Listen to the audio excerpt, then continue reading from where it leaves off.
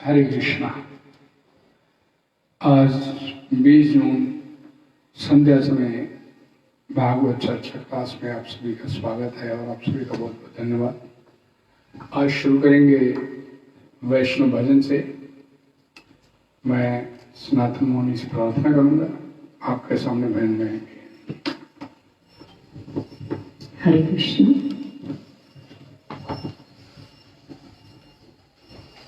गौरांग बलि ते हवे पुलक शरीर, हरि हरि बलि ते नयन बगीरा।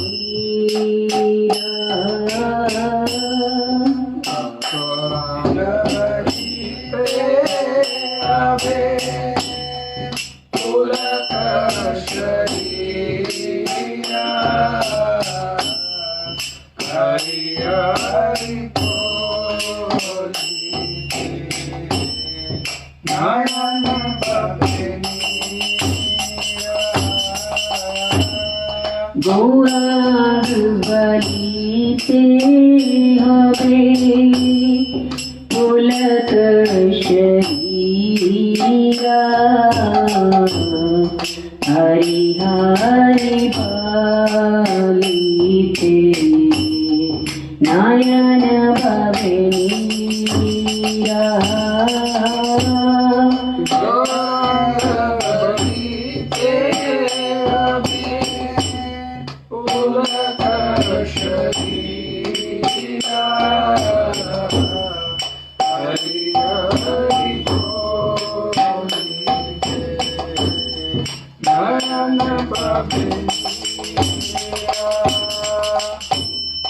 आर कबीर ताई चंदे करुणा हुई बे,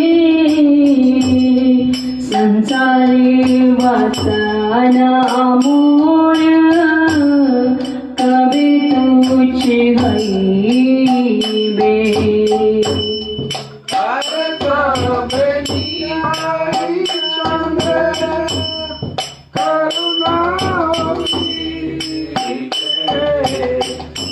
संसार वासना मोरा कबे तुझ आर कबीर ताई चंदे करुणा हुई बे, संसारे वासना मोर कभी तुझ होई बे। आर कबीर ताई चंदे करुणा हुई बे, संसार वासना मोरा कबे तुझ गौरांग बलि ते हवे पुलक शरीर, हरि हरि बलि ते नयन बगीरा। गौरांग बलि ते हवे पुलक शरीरा, हरि हरि बोली नयन बगीरा। विषया चढ़िया कबे शुद्ध हवे मान, कभी हम हरि बोल श्री वृंदावन। विषया चढ़िया कबे शुद्ध कबे हमारे हो श्री वृंदावन। विषया चढ़िया कबे शुद्ध विमान, कबे हम हरि बोल श्री वृंदावन। विषया चढ़िया कबे शुद्ध कबे हमारे श्री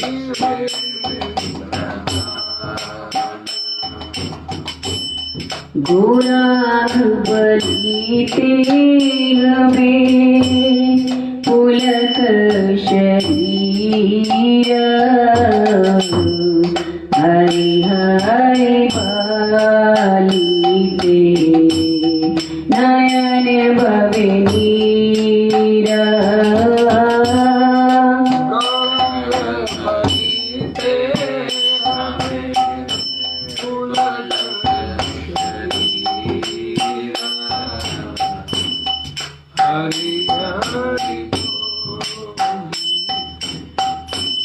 नयन भवनी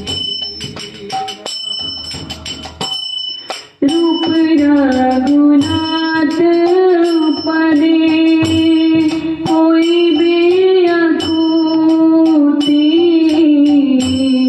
कभी हम पूजाओ से युगल प्रीति। रूप रघुनाथ पदे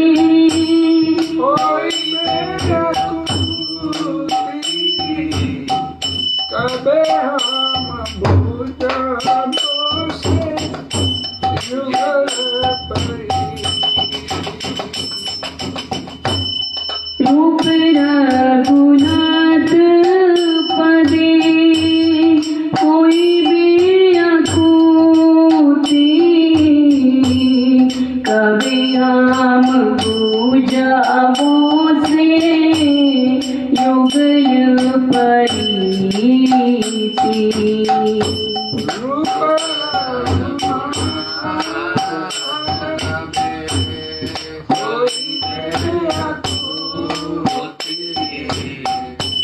कबे हम भूजाओ से युगल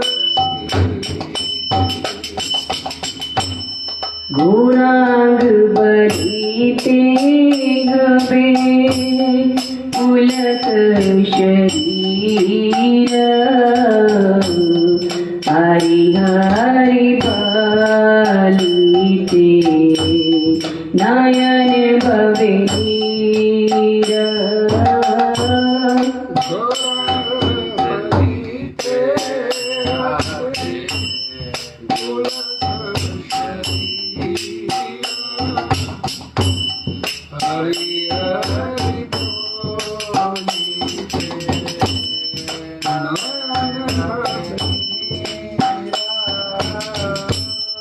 रूप रघुनाथ पदे रघु मोर आश, प्रार्थना करो सदा नरोत्तम दास।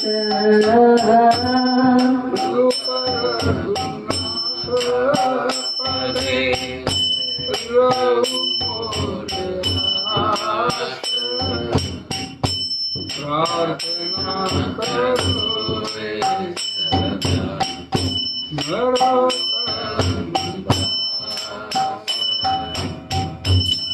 रूप रघुनाथ पदे रहु मोर आश, प्रार्थना करो सदा नरोत्तम दास। रूप रघुनाथ पदे रहु मोर आस। प्रार्थना करो हे सदा नरोत्तम दास। गुणांग बढ़ीते हवे पुलक शरीरा।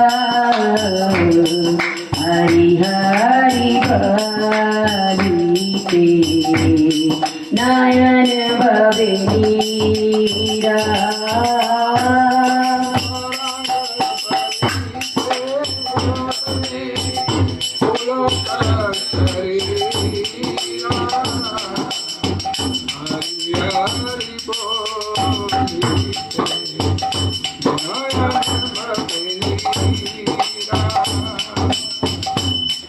हरि कवनी ताई चंदे करुणा हुई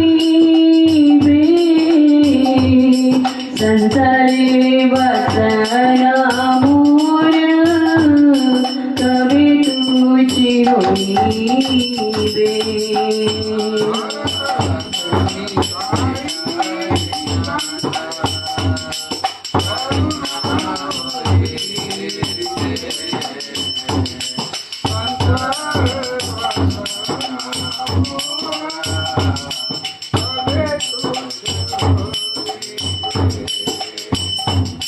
विषया चढ़िया कवि शुद्ध विमान। कवि हम हरि गो श्री वृंदावन।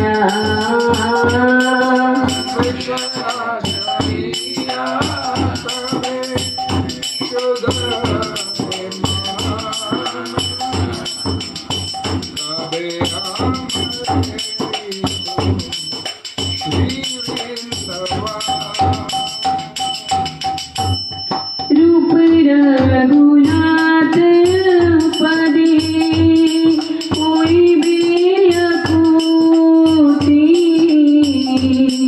कभी हम बुझाओ से युगल परीति।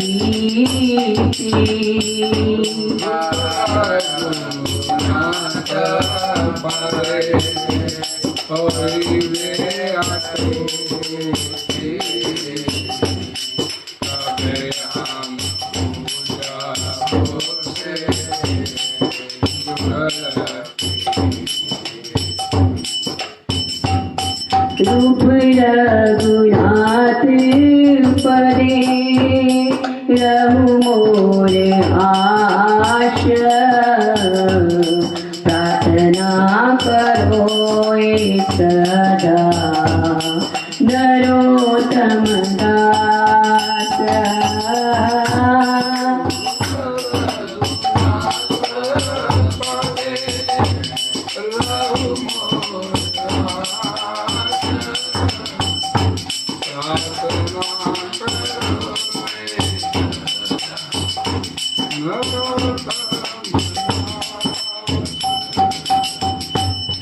गुणांग बढ़ीते हवे पुलक शरीरा। हरि हरि भलीते नयन भवे नीरा।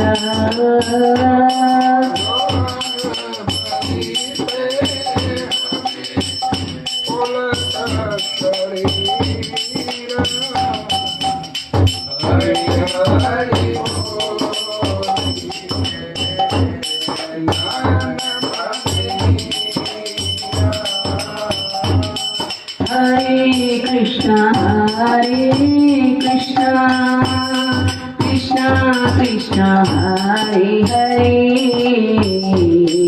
Hare Rama, Hare Rama, Rama Rama, Hare Hare. Hare Krishna, Hare Krishna, Krishna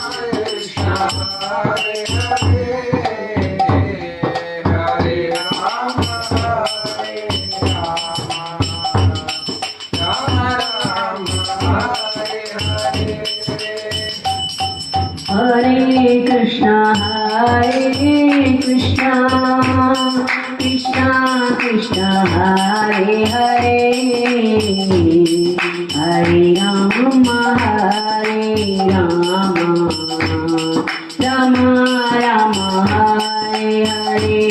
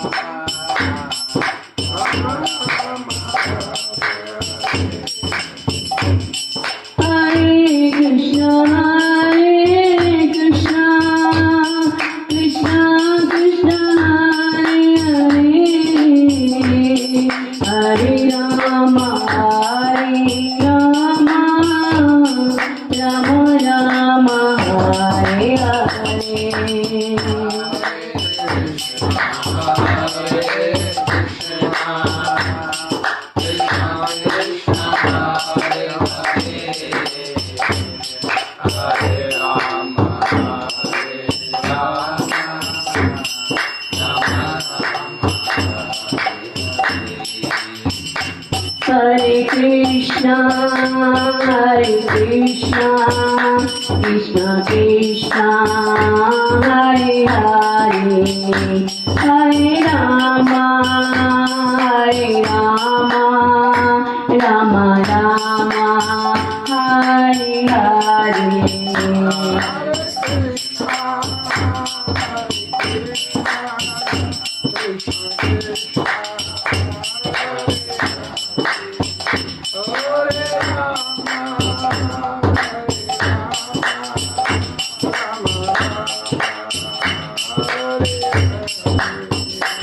Jaya Jaya Prabhupada, Prabhupada, Prabhupada, Jaya Jaya Prabhupada.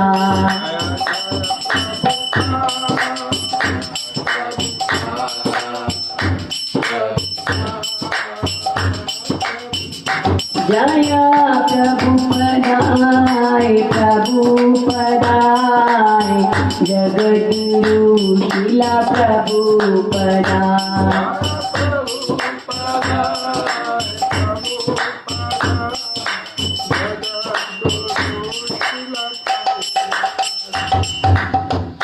Hare Krishna.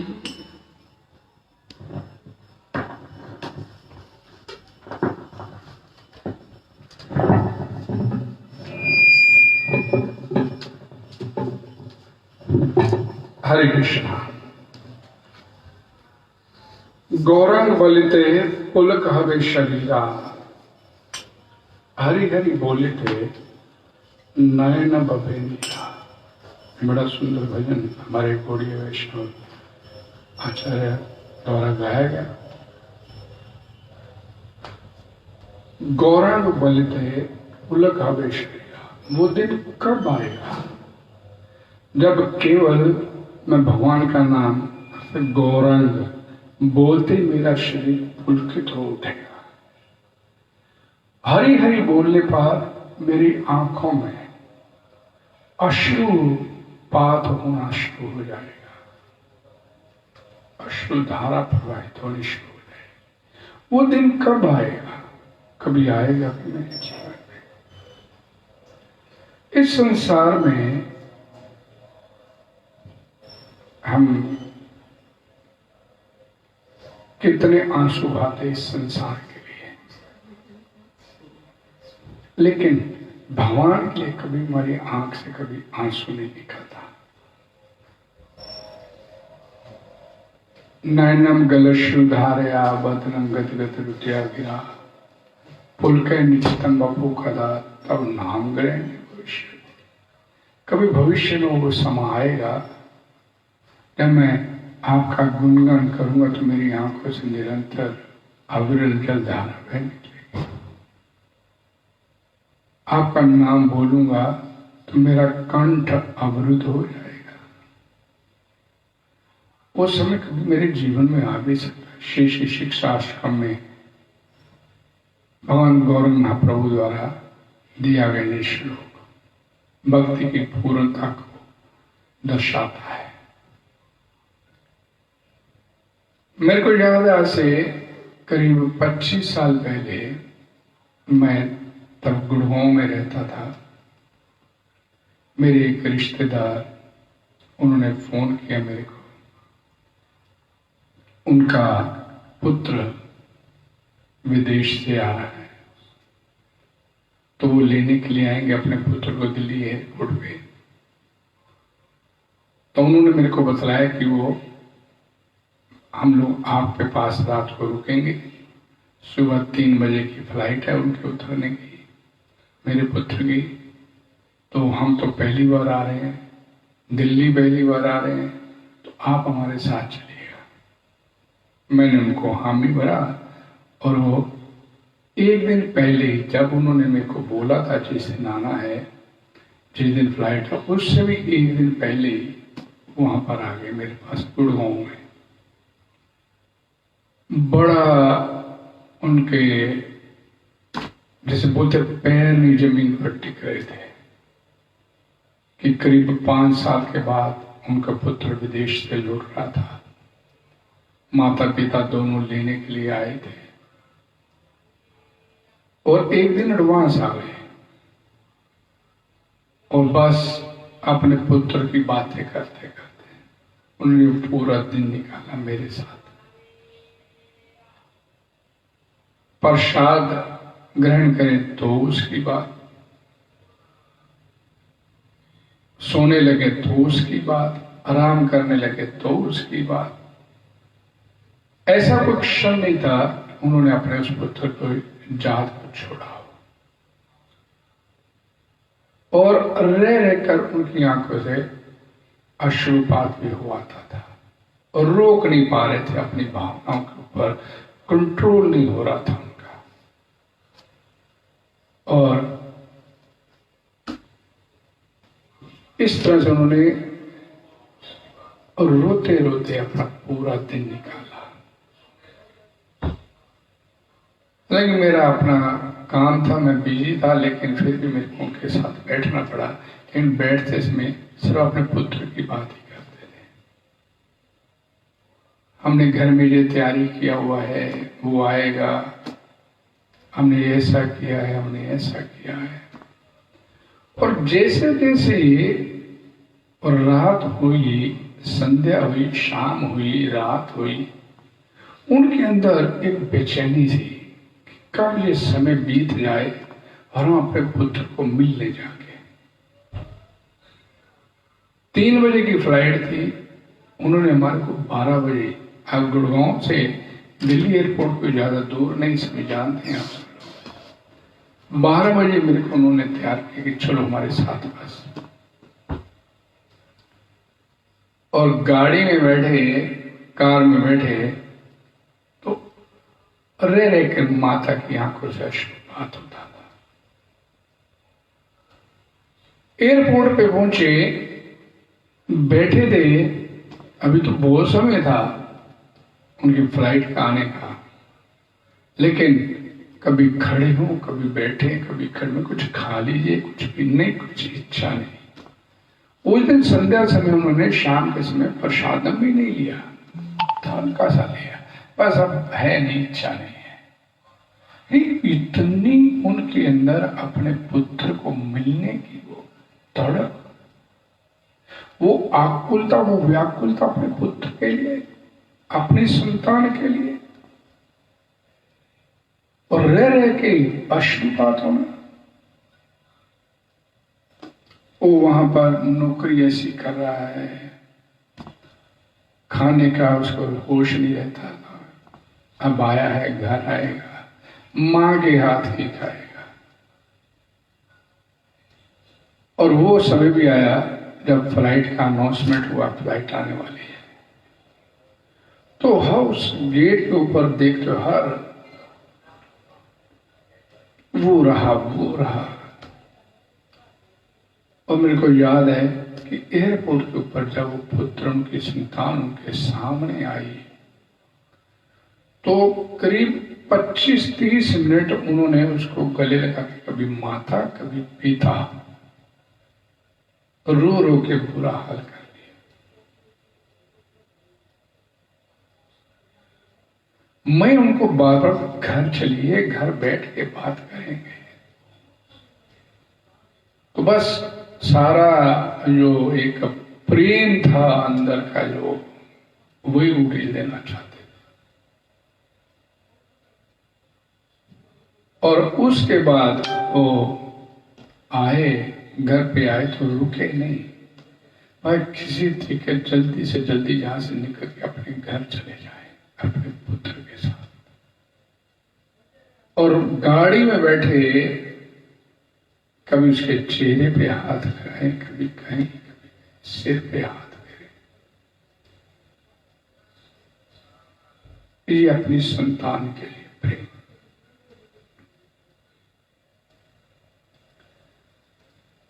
और जहां पर बोला गया गौरांग बलिते पुलक हवे शरीरा, हरी हरी बोलिते नयन गोबे नीरा। कि वो समय कब आएगा, इस संसार की तो आंसू बहाते बहाते जन्म जन्मांतर बीत गए,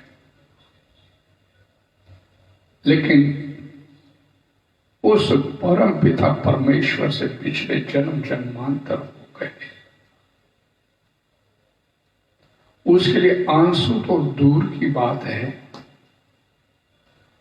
उसके लिए कभी याद भी नहीं आई उसकी, वो पिता हमारी तरफ देख रहा है। और ये कब मेरी संतान मेरी तरफ देखेगी, वो इस उम्मीद से बैठा है। और ये संतान उसकी तरफ देखने के लिए तैयार नहीं है।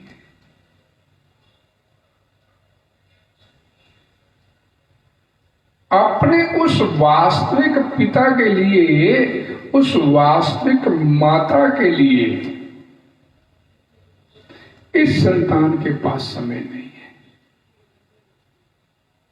इस संसार कोई माता, संसार कोई पिता, संसार कोई संतान, संसार को भाई, संसार को बहन, संसार को प्रेमी मान के बैठा हुआ है। ये मैंने भी बोला ये बात। ये सब कुछ, सब संबंध इस संसार के साथ जोड़ के बैठे हैं, लेकिन इन संबंधों को जोड़ने के बदले में आपको इस संसार से मिला क्या? संबंध जोड़ने के फलस्वरूप आपको अब तक इस संसार से प्राप्त क्या हुआ?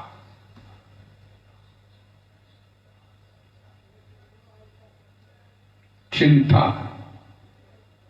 भय, क्रोध, सब कुछ इस संसार से मिल रहा है, जिस संसार के लिए इतने आंसू बहाते हैं।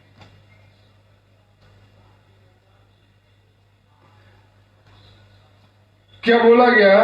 और कबे निताई चांदेर करुणा होइबे, संसार वासना मोरे कबे तुझ होइबे। कब इस संसार के प्रति हमारे मन के अंदर जो संसारिक वासनाएं कब समाप्त होंगी, या कभी समाप्त भी होंगी? कभी उस माता पिता की ओर हम वास्तव में देखेंगे भी? एक करोड़पति व्यक्ति था, सेठ था, और उसने अपने घर एक नौकर रखा। नौकर की वेतन था 20,000 रुपये महीना। और उसी करोड़पति सेठ का अपने एक लड़का भी है। नौकर को तो 20,000 रुपये महीना दे रहा है जो उसने नौकर रखा हुआ है, लेकिन जो करोड़पति का जो लड़का है उसे कोई 100 रुपये महीना भी देने के लिए तैयार नहीं, अगर नौकरी रखनी चाहिए, क्योंकि वह अयोग्य है, काम धंधा थोड़ी को कर सकता है। लेकिन जब वही करोड़पति पिता मर जाता है, शरीर छोड़ जाता है, तो 20,000 रुपये प्राप्त करने वाला जो नौकर होता है वो कभी भी मालिक नहीं बन पाता, मालिक नहीं बन जाता। मालिक वो अयोग्य लड़का जो है वही बनता है। क्यों? क्योंकि वह योग्य तो नहीं है, लेकिन उसका हक है, उसका उस करोड़पति पिता के साथ अपनेपन है, उसका अधिकार है, उसका अधिकार है। इसी तरह हम प्रभु के हैं, हम भगवान के हैं। भगवान बोलते हैं भगवद गीता में, अनन्य चेता सततम जो माम समृद्धि नित्यशा। जो अनन्य भाव से, अनन्य स्थितियं तो माम जे जना परिपासते, जो अनन्य भाव से, अनन्य भाव का मतलब मैं भगवान का, भगवान मेरे, बीच में अन्य कोई नहीं। प्रभु के, भगवान के हम हैं, ये बनाया हुआ अपनापन नहीं है, ये बनाया नहीं है। सेठ का अपनी तरफ से कोई बेटा बन जाए और कोई उसे पूछे, कोई उसे पूछे कि तुम कहते हो, जैसे सेठ कहता है, सेठ क्या कहे, मैं कहूं ये मैं सेठ का बेटा, मानेगा नहीं कोई। लेकिन जब सेठ कहे कि ये मेरा पुत्र है, ये मेरी संतान है, उस करोड़पति सेठ के, तो दुनिया मानती है ये सेठ की संतान है।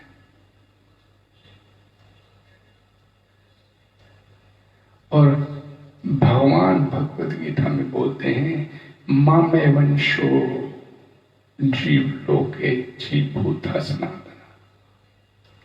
अहम बीज प्रद पिता, जगतो माता धाता पिता मां, कि मैं आपका पिता हूं। और संतान उस अपने उस पिता की तरफ देखने के लिए तैयार नहीं, जिसके पास सब कुछ मिल जाएगा।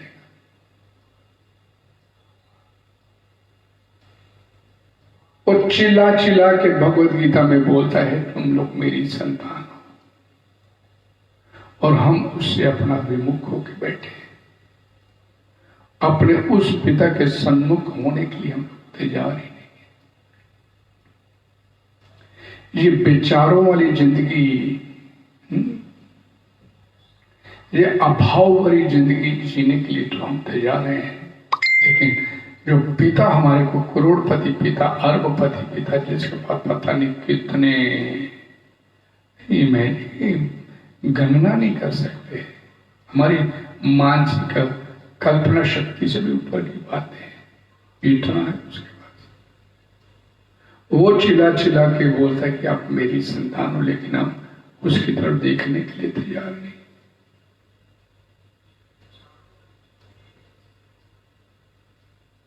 ये हमारी स्थिति है। आर कबे निताई चांद करुणा हुई। वो तो करुणा करने के लिए तैयार बैठा है, बार बार हमको बोलता है, और हम उसकी करुणा लेने के लिए तैयार नहीं।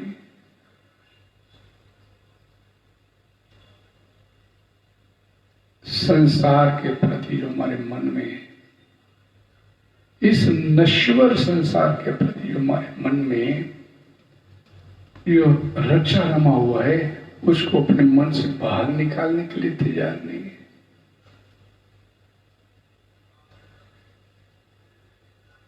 क्या बोलते हैं, विषय छाड़िए कबे शुद्ध होवे मन, कबे हमारे श्री वृंदावन। कब विषय वासनाओं से मेरा मन अलग हो पाएगा, और कब मैं वास्तविक श्री वृंदावन धाम के दर्शन कर पाऊंगा, ये ऐसा समय भी कोई आएगा। वृंदावन धाम जाते हैं हम लोग, तो हमारे मन में बड़ा उत्साह रहता है। वृंदावन धाम जाए, 10 लोगों को बताते हैं भैया हमने आज वृंदावन जाना है। 2 दिन पहले, 4 दिन पहले बोलना शुरू करते, वृंदावन धाम जा रहे हैं। मैं एक लाइन हमेशा बोलता हूँ, हमारे आचार्य द्वारा कही गई है कि हम लोग भक्त कहलवाना तो चाहते हैं, लेकिन भक्त बनने के लिए हम लोग तैयार नहीं है।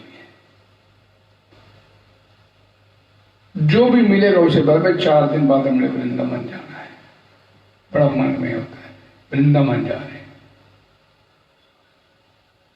और वृंदावन जाने के लिए गाड़ी बुक किया, गाड़ी में बैठे और रास्ते में कहीं भी उस श्री धाम वृंदावन के बारे में नहीं सोचते। सफर शुरू किया तो 1 घंटे बाद, 1.5 घंटे बाद हरे कृष्णा,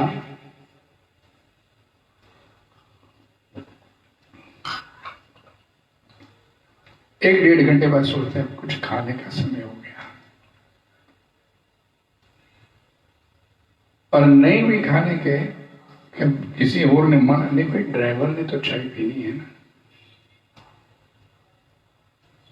रुकते हैं, फिर कुछ खाते पीते भी हैं, फिर 2-3 घंटे और सफर काटे तो खाने का समय हो गया।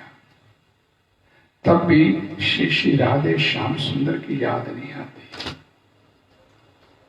वहां होटल में बैठ के, ढाबे में बैठ के, भाई क्या खाना है मंगाओ भाई, यही चलती है चर्चा। ये चर्चा नहीं चलती कि कितने बजे धाम पे पहुंचेंगे, भगवान के दर्शन खुले मिल जाए, बस ये लालसा नहीं होती अंदर कि भाई लेट, अब चलो जी जितने बजे भी पहुंचे, लेट हो जाएंगे, दर्शन में नहीं पहुंच पाएंगे, ड्राइवर बोल दे तो कोई बात नहीं, चलो जी धीरे धीरे चला, आराम से चलेंगे। मन में कोई उत्तेजना नहीं होती, भगवान के धाम जा रहे हैं दर्शन करने। श्री धाम वृंदावन पहुंच गए तो मन में ये भाव भी नहीं आता कि ये धाम में प्रवेश होने लगे हैं, भगवान की लीला स्थली है, इसको एक बार प्रणाम कर लें, इस धरती को, इसकी चरण, इसकी धूली को अपने माथे पे लगा लें।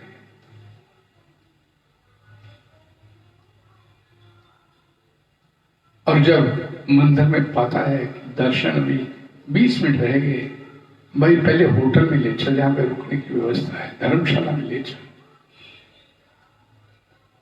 नहा धो के फ्रेश होके आएंगे, तैयार हो के आएंगे।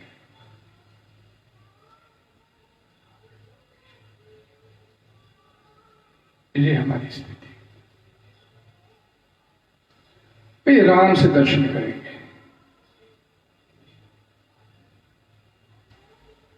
और मेरे को ध्यान है, कई बार हम गए यहां से वृंदावन धाम, ग्रुप के लोग जो होते हैं अगले दिन सुबह गायब हो जाते हैं। कुछ एक चुनिंदा लोग होते हैं जो श्री धाम में जाके उस लीला स्थली में जाके मंगल आरती अटेंड करना चाहते हैं। नहीं तो कोई किसी मंदिर में भागता है, कोई किसी मंदिर में भागता है, कोई किसी।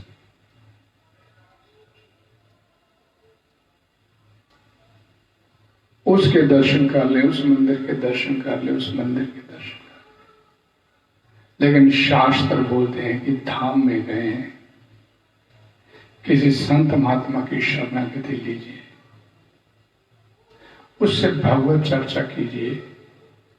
धाम में गए हैं, वहां नाम जप कीजिए, क्योंकि धाम में किए गए नाम जप का प्रभाव अनंत गुना बढ़ जाता है।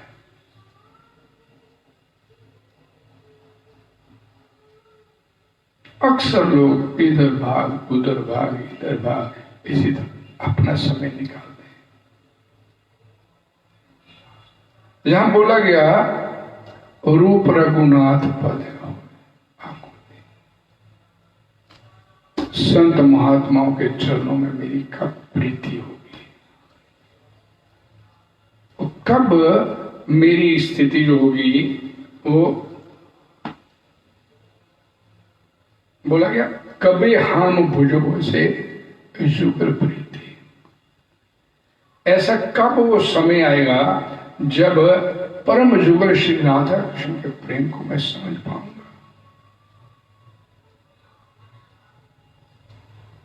ऐसा भी कुछ समय आएगा मेरे जीवन में जब मैं ऐसी सारी जिंदगी धाम में भी पहुंच के इधर उधर भागते हुए अपनी जिंदगी निकाल दी। एक मंदिर से निकले दूसरे मंदिर में, दूसरे मंदिर से निकले तीसरे मंदिर में। हमारे एक आचार्य बोलते हैं कि ऐसे बंदर भी गुलाटियां मारते हैं, एक मंदिर से दूसरे, दूसरे मंदिर से तीसरे, आंखों की कसरत करते रहते हैं। बस धाम में जाके भी धाम के वास्तविक दर्शन नहीं कर पाते।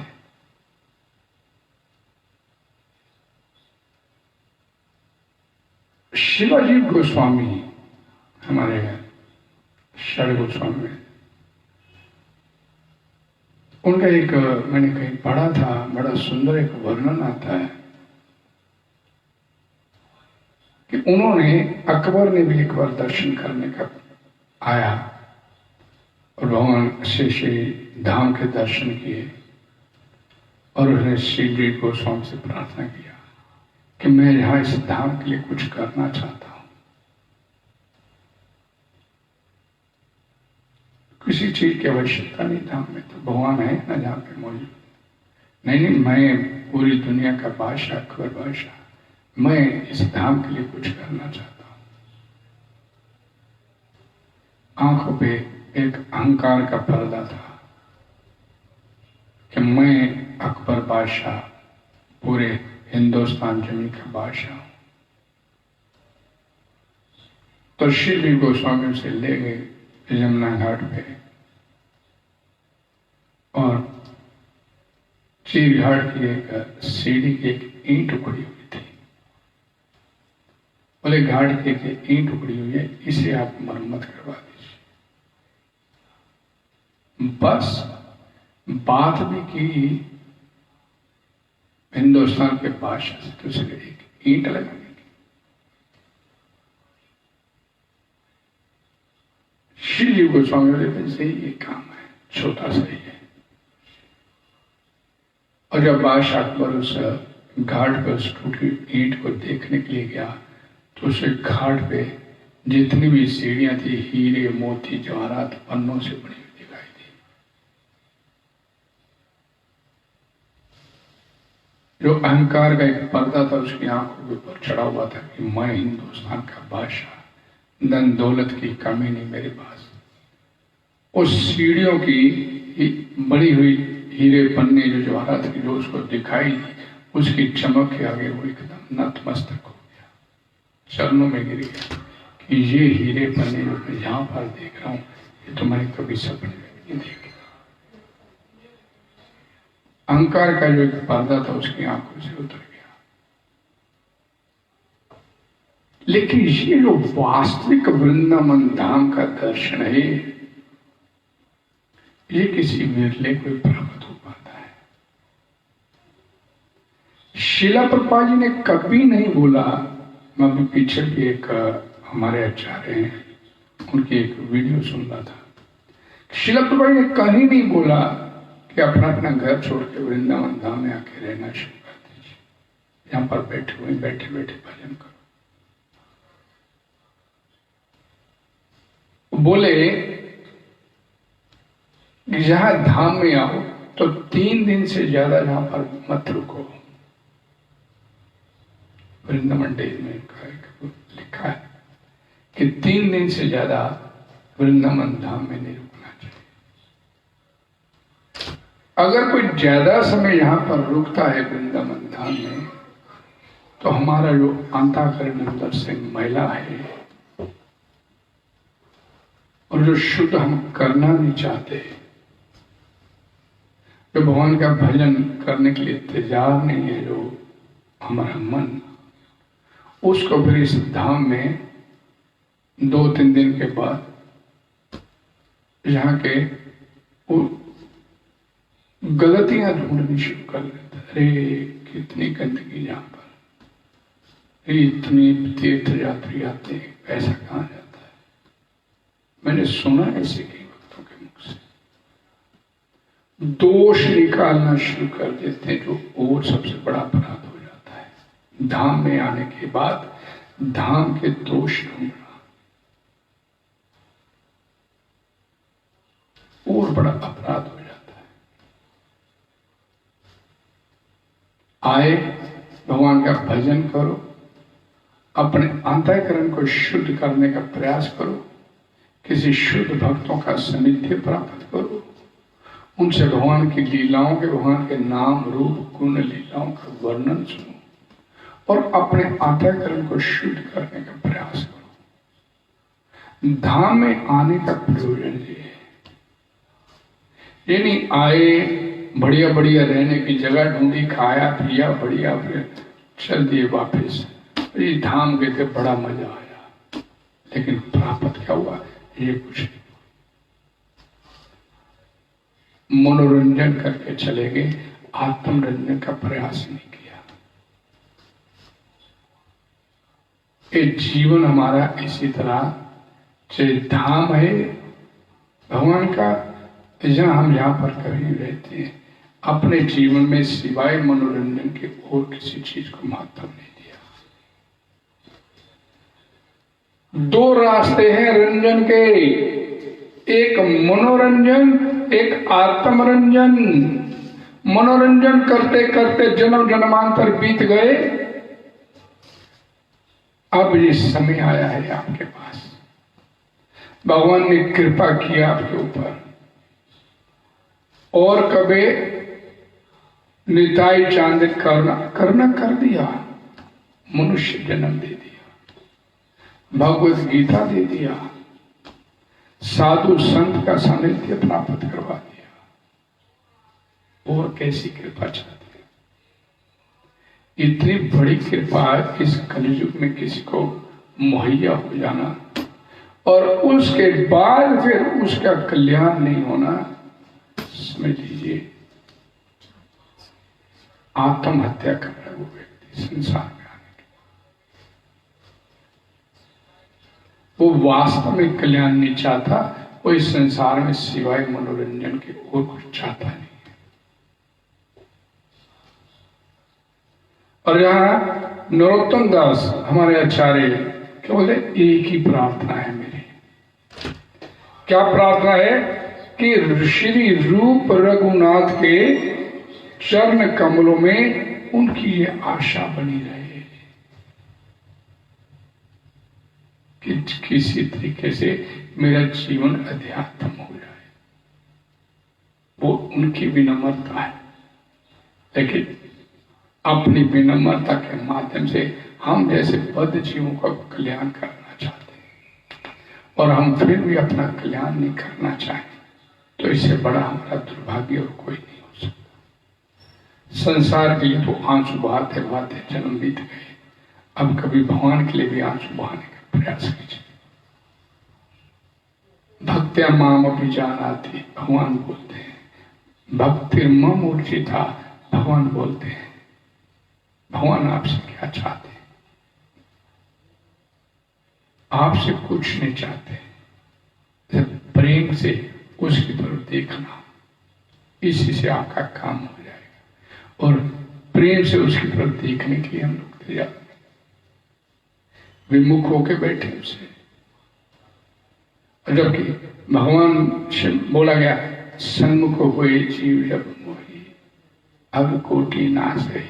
तब करोड़ों करोड़ों जन्मों के पाप खत्म हो जाते हैं जब हम भगवान की तरफ सन्मुख होते हैं। और सन्मुख होने का मतलब मन मना भव मतलब तो मध्य माम नमस्कार, मेरे मन वाला हो जा, अपनी भक्ति मेरे में लगा, मेरी पूजा कर और मेरे को नमस्कार कर, इसी से अपना काम हो जाएगा।